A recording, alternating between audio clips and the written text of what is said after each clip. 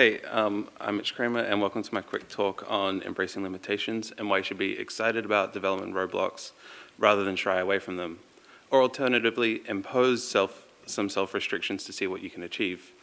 My background is someone who thinks way too hard about games, and I pour that into YouTube videos. While I have little experience in game development myself, I have spent my life as a creative, playing in bands, graphic design, video editing, audio engineering. So limitations are something that I've come to build into rather than work around. Before I started my channel, I had no experience in the process of writing or editing video essays. And just jumping into that process headfirst gave me my own unique style, and that's helped me learn one of my most valuable lessons.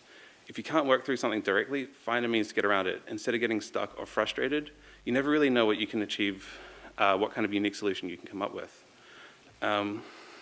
So what do I mean by embracing limitations?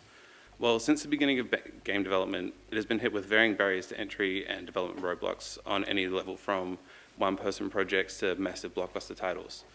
Some of these hurdles can't be changed, like hardware specifications, funding, team sizes, personal skill, or time. With these, some developers have used the issues to their advantage and pushed the boundaries of conventional game design in the process, like the obvious design choices of Mario's hat, where developers couldn't figure out what to do with Jumpman's hair while it was falling, so they just chucked a hat on him. Or Samus's morph ball, like one of the defining mechanics in Metroid. They couldn't figure out how to make her crawl, so they just came up with the morph ball. Or Mega Man's blue, because the NES the color palette has the most variety in blues. But my favorite example is Silent Hill. Normally a draw distance like this would be a deal breaker for most people. You can't see anything. But it was necessary for the vision of an open world game on the PlayStation, where things are constantly loading as you lead Harry around the titular town. And as an added bonus, Konami used the mystery of the unknown with the fog to create a sense of tension for players that defined what a survival horror should be. These are just many creative ways developers have used their limitations to their advantage and created some of the most famous games in history while doing so. One of the earliest hurdles to overcome back in the day was game length. Developers opted to use to make their games super hard to extend the life of their experiences, creating that infamous Nintendo hard phrase. I think Contra speaks to this the most. I still haven't beaten those games. But there are other examples like Ninja Gaiden, Final Fantasy, Battletoads, to name a few. This influence of early day creativity has worked its way back into the way, the influence of this early day creativity has worked its way back into the way devs go about their video games due to the rise in indies. We can see just how creatively difficult the influence of this early day creativity has worked its way. We can see that just how creatively difficult early days has influenced modern indie smash hits such as Super Meat Boy, Axiom Verge, The Binding of Isaac, and Cave Story. Since Unity, Unreal 4, and other engines like them have made getting into making games a lot easier, I mean, I wouldn't be able to do it if these things went around. But that has come with its own issue of oversaturation of the indie market, which, don't get me wrong, it's pretty rad that so many people are making games, but standing out is kind of hard in this current state. So what can be done to stand out? A good idea is looking at the genre you're working within and either stripping or completely reworking the well-established core mechanics. Just imagine an MMO that did away with experience and leveling up and instead focused on how questing can lead to a set of gear that isn't immediately taken away from you.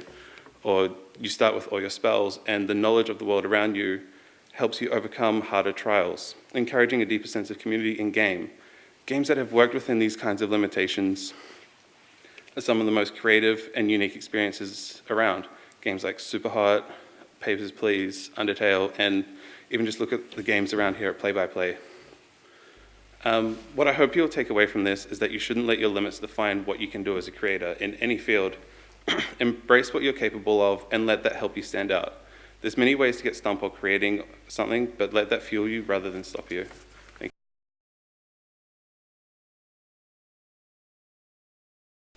Okay, whoa, there's a lot more people here than I expected. I was expecting like 25 people, and there's at least like 35. Um, so yeah, I want to talk about design for the real world. And I don't really have enough time to do so, but I kind of want to try nevertheless, because this is something quite close to my heart. And just a small disclaimer, this won't necessarily be about games per se. I'm very much talking about something a lot more abstract and holistic. I'm very much sort of talking about design as a whole, sort of the creation of things. And at heart, really what I want to talk about is this sort of design philosophy that was founded in the 1970s by an American designer who has a very complicated name, and I don't remember it, but at heart, also sort of a principle of design is sort of very much dealt with the ethical ramifications of design, right? The sort of belief, the notion that what we make has a very real possibility to make a cultural, ecological, social, or economic, and perhaps even political difference. And at the time, this designer was actually an industrial designer. He made physical objects, things we used in the everyday life. But at the very heart of his idea, at the very heart of his sort of philosophy, also the notion that we as designers and creators, makers and tinkerers, that we're somehow responsible for what we push out into this realm, right? Like what we sort of puddle out of minds, these sort of thoughts and dreams we sort of drench out from the chambers of our heart kind of thing. And the sort of soft, small thought that no matter how small or seemingly insignificant something may seem, what we make has the possibility to make a difference, right? And I think that's really something to sort of consider and to sort of take to heart in moments of hesitation or doubt. Just the softly formed belief that what we make matters and we matter for making it, right? Like that's important. That's an important thing that's happening. And it's very much up to us to decide what we make and what that difference may be, and perhaps, given the opportunity, what that difference may become in some small sense. But what does that have to do with games? Like, what does any of that possibly have to do with games? Traditionally games have sort of been this soft, warm, fuzzy somethingness. This sort of existed, in a sense, in almost like a cultural vacuum outside of society and sort of greater politics, at least traditionally over the course of the last 40-odd years. They've existed as a reflection of culture and society without necessarily being given the opportunity to actually advocate for genuine change.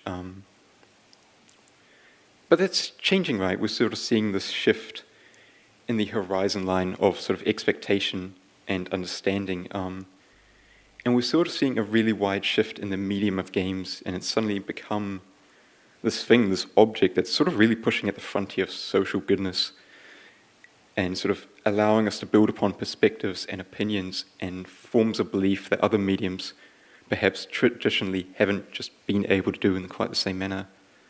And I think that's important, right? Like we have been given this opportunity, this ability to make a difference. And in this mere moment of time especially, this is something we're able to do even within the safeties of our own home, on the computers after work, sort of in the safety of our own blanket forts.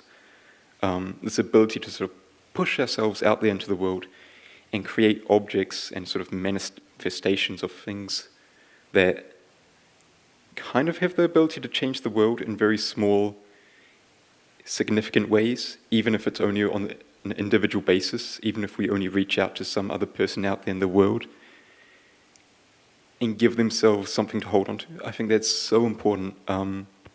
So my closing thoughts are, stay rad as heck, and keep making games that make a difference, even if you don't believe those games are making a difference, because they are. They so are. So my final thought is, keep doing that. Keep making games, because that's a good thing you're doing. Thank you. Hello, so I'm Claire Barella, and I'm here to give you a talk about giving talks. For me, Play by Play is very special because it was one of the first places that I ever gave a talk, and this was a year ago now, and since then I've gone on to speak at Pigsty, NZGDC, and most recently at GDC. And all the things, or at least the most important thing that I've learned from these experiences is that I'm terrified. My hands are clammy. I'm trying very consciously not to say the words I am very, very scared. I've always been scared of public speaking, and most people consider public speaking more scary than death. And I can confirm that I'm one of those people. It is scary. And it's very, very hard not to let the anxiety get the better of us. This happened to me at my talk during GDC. We were literally the last talk of the conference, and I was like, cool, no one's going to be there. Everyone's going to be hungover and exhausted, and it's just going to be like 10 people. And I was like, I'm fine with that. And it turned out to be 500 people, and that was scary. I got nervous. I was a lot more nervous than I am now. I mean, I'm very fortunate that here I can see a lot of people that I'm quite familiar with, and I can look at it and be like, if I fuck up, it's okay. If I swear during my talk, that's okay. But it's still very terrifying, and giving talks in public is very, very scary. But that's okay.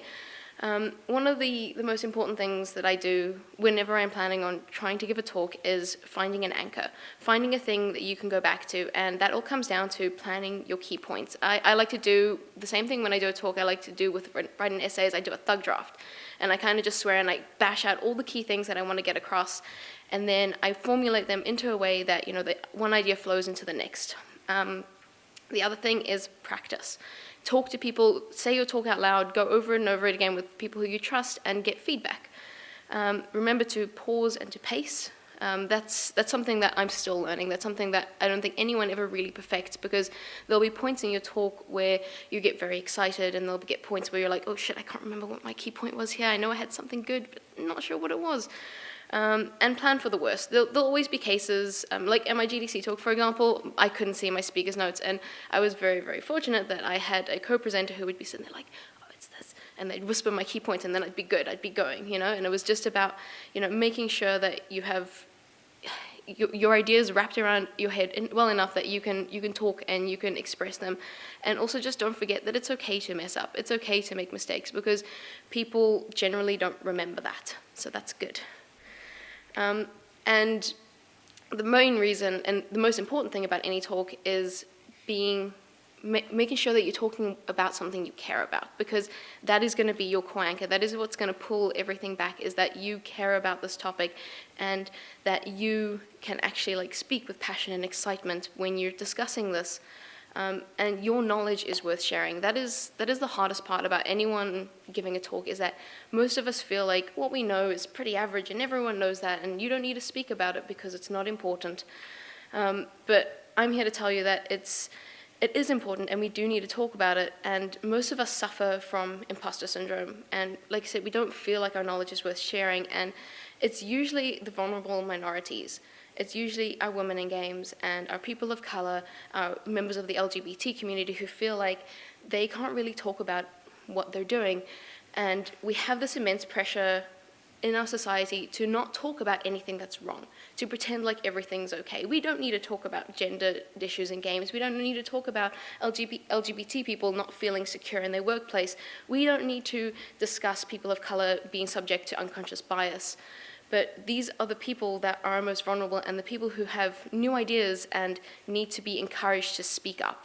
These are the people whose voices we should be encouraging, people who want to give talks about subverting gender biases with the color pink. That is what we need to be listening to, because our industry is hungry for new ideas. We need new ideas, and we need you to speak up. Thank you. Hi everyone, you've arrived at the boring stuff, but this won't take very long. It's kind of just a heads up. Lance and I, my name's Tim Sherman, I work at Chapman Tripp, it's a law firm in town. I have a real passion for games and helping game devs, and much the same can be said of Lance here. He's an accountant, and he's worked a lot with PicPoc and others, and he's been doing this for years. He'll say more about himself shortly, but both of us are really keen about helping indie game devs and trying to help people to actually found successful businesses out of these sorts of endeavours and really build a scene here. So with that in mind, we always just try to spend some time raising awareness about legal issues, get people thinking about when they might need to go and see a lawyer and an accountant, And the whole point of this is to enable you guys to just put all that stuff to one side. You know, you've got someone else handling that stuff, and you can just get on, build your games, do what you love. So with that, it's worth taking a quick poll from the room, I think. So who here is working on a game by themselves? Okay, and who here is in a team of 2 or 3 people? Okay, and who here is working on a game with a larger team? So it's a pretty even spread, actually, and probably a lot of overlap between those categories. So that's one of the main drivers, actually, of what sort of legal help you might need, because as you know, putting together a project with a number of people who perhaps are not, you know, related to you by blood or otherwise incredibly close can be a nerve-wracking undertaking. You know, project teams come together and then fall apart, and you can have issues around ownership of what's been created and so on. So if I was giving you a very short list of times when you need to think about the legal side of things and think about possibly talking to a lawyer, it's things like engaging a contractor to work on your game. Who here has engaged a contractor to work on your game? Sound, music, art, yeah, anything like that. So you want to know that you're going to own that work, whatever they create, right? You're paying them for it. You don't want to end up having arguments about that down the track when you launch your game. Who here is employing someone, like actually taking someone on as a permanent employee in the company? A few fewer hands. Who would intend to do that if things go really well? Yeah, a few more, exactly. That's another really important phase, right? And when you want to use a lawyer to get that right. Because again, you know, it's someone's job, it's really important to them. If it's done badly and it goes wrong, it can just be a huge distraction and a huge drain on your time. The next thing, who here has a trademark that they've registered or that they're looking into registering? Not enough. Not enough. So if you're getting close to launching your game, and you know you've got a unique name and logo, you really need to think about registering it. There's nothing more soul-destroying than seeing your game or your name being ripped off later on and not being able to do anything about it. And I guess the last very quick area to think about, and again, I'll recap this list at the end, but the thing that should spark off a little bell in your head going, maybe I need to speak to a lawyer about this. Who here has been offered a distribution agreement or publishing arrangement of any kind?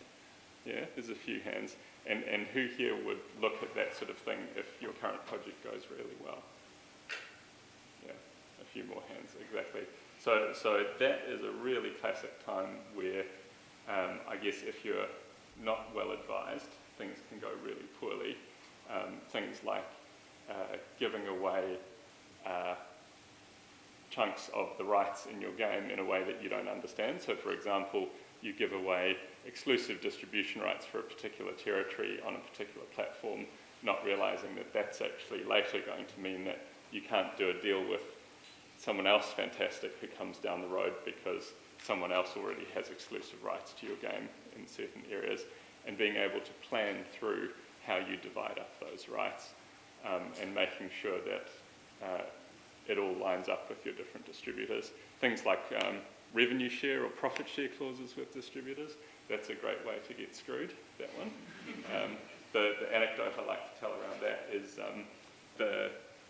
according to the Hollywood accounting methods that have been used to calculate profit for the original profit participants on the Star Wars films, some of the people who are still technically entitled to back end on those films, according to their contract, Star Wars has not yet made a profit.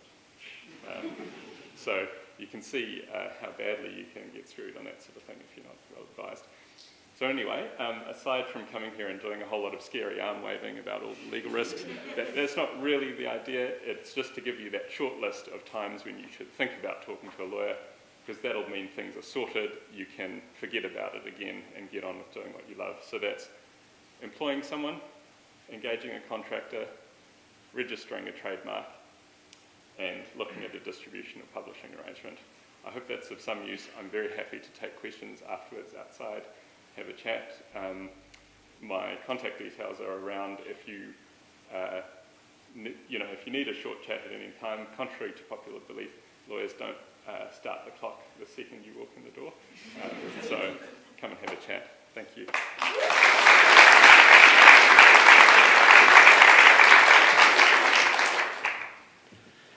Hi, I'm Lance Burgess, Director of B.W. Milladine Chartered Accountants. We sponsor Play by Play, do all the financial stuff for them. I'm CFO of Pickpock and Aurora 44 as well. I work with NZGDA, Dinosaur Polo Club, Camshaft, Dry Cactus, and a number of others in Wellington here. There are a number of issues that affect our industry, and the IRD's onto this stuff now, and they expect people to know. So there's a few things I quickly want to go over. GST is an issue in our industry, but it can be used to your benefit. So yeah, that's a talk we can have. There is a lot of tax issues around moving royalties in and out of New Zealand as well. Crossing border is quite problematic, and there are some quite strenuous tax issues you've got to work through to do that. You've got to make sure you've got your structure right as well. It's sort of a legal thing as well, but you want to set up your business in a way that's scalable for the future as well. So starting off from home, working in your own name might be the easiest and simplest way of starting, but it's not necessarily the best way. It's not scalable. There are liability issues as well that can affect you directly. So for a little bit of investment, you're probably better off setting up a company to start with.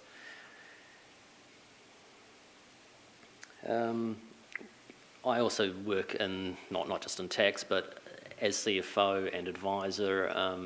I think it's very important for me to try and help make this industry and the people I'm working with have sustainable studios for the future. It's very important to keep our industry strong. And I'd just like to point out that Pickpock's now 20 years old next month, so I think that's a real achievement in itself.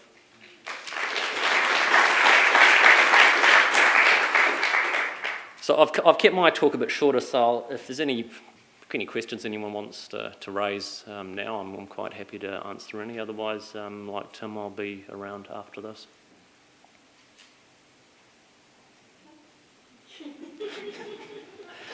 Okay, that's fine.